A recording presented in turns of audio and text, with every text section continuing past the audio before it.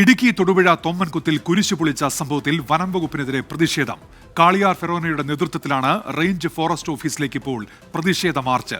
രാഹുൽ വിജയൻ വിശദാംശങ്ങളുമായി ഇപ്പോൾ ചേരുന്നുണ്ട്. രാഹുൽ, നേരത്തെ തന്നെ വലിയ വിമർശനമുയർന്നതാണ് ഈ സംഭവത്തിൽ, വലിയ പ്രതിഷേധങ്ങളും ഉയർന്നിരുന്നു. എന്തൊക്കെയാണ് വിവരങ്ങൾ രാഹുൽ?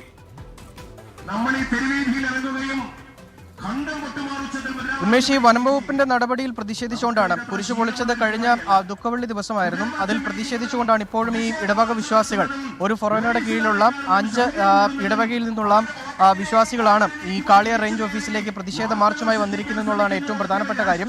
മനുഷ്യ വന്യജീവി സംഘർഷം തടയാൻ യാതൊരു തരത്തിലുള്ള നടപടിയും സ്വീകരിക്കാത്ത വനംവകുപ്പ് നിഷേധാത്മക നിലപാട് പല കാര്യങ്ങളും സ്വീകരിക്കുന്നുണ്ട്.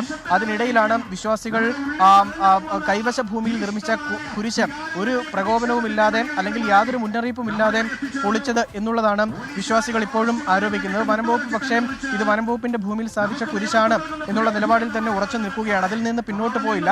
മാത്രമല്ല വണ്ണപ്പുറം വില്ലേജും അതിന് അനുകൂലമായി നിൽക്കുന്ന നിലപാട് സ്വീകരിച്ചു എന്നതടക്കമുള്ള വലിയ തരത്തിലുള്ള പ്രതിഷേധമുണ്ടായിരുന്നു. ഇതിനിടയിൽ വിവിധ രാഷ്ട്രീയ പാർട്ടികളുടെ നേതാക്കൾ ഉൾപ്പെടെ ഈ വിശ്വാസികൾക്ക് പിന്തുണയുമായി കുരിശു പൊളിച്ച സംഭവത്തിൽ വനംവകുപ്പിനെതിരായി ഈ തൊമ്മൻകുത്തിലേക്ക് എത്തുന്ന കാഴ്ച നമ്മൾ കണ്ടതാണ്. ഇതെല്ലാം നിലനിൽക്കുകയും DFOയുടെ നിലപാട് മാറ്റാത്തതിലും അല്ലെങ്കിൽ ഏതെങ്കിലും തരത്തിൽ അത് വനഭൂമിയാണെന്നുള്ള വാശി വനംവകുപ്പ് പിടിക്കുന്നതിലും പ്രതിഷേധിച്ചുകൊണ്ടാണ് ഈ പ്രതിഷേധ മാർച്ച് കാളിയാർ റേഞ്ച് ഫോറസ്റ്റ് ഓഫീസിലേക്ക് നടക്കുന്നത് എന്നുള്ളതാണ് ഏറ്റവും പ്രധാനപ്പെട്ട കാര്യം. നിലവിൽ ഇപ്പോൾ ഒരു ഫൊറോനയുടെ കീഴിലുള്ള 5 ഇടവക ദേവാലയത്തിലെ വിശ്വാസികളാണ് ഇവിടെ ഈ പ്രതിഷേധത്തിൽ ഈ പ്രതിഷേധ മാർച്ചിൽ പങ്കെടുത്ത് ഇങ്ങോട്ടേക്ക് എത്തുകയും ചെയ്തിട്ടുള്ളത്.